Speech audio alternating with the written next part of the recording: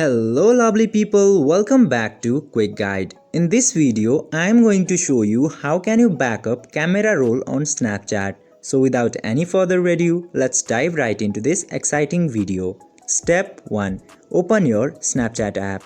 Firstly, you need to open your Snapchat app. And after opening the app, just simply go to your profile by clicking to this icon into the top left corner. Step 2. Go to the settings. Now after coming to your profile, you just simply have to go to your settings by clicking this gear icon into the top right corner. Step 3. Go to the memory settings. Now after coming to settings, you just simply have to find memory setting here and click into that. Step 3. Open the backup.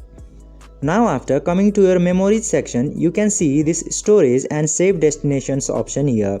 You just simply have to open Smart Backup into your storage and you just simply have to click Auto Save to Memories option here.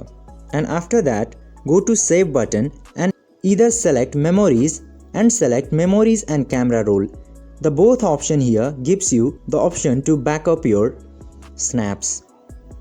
By following these very easy steps, you can backup your camera rolls. I hope this video was helpful for you. If yes, don't forget to like, share and subscribe to the channel to never miss another update.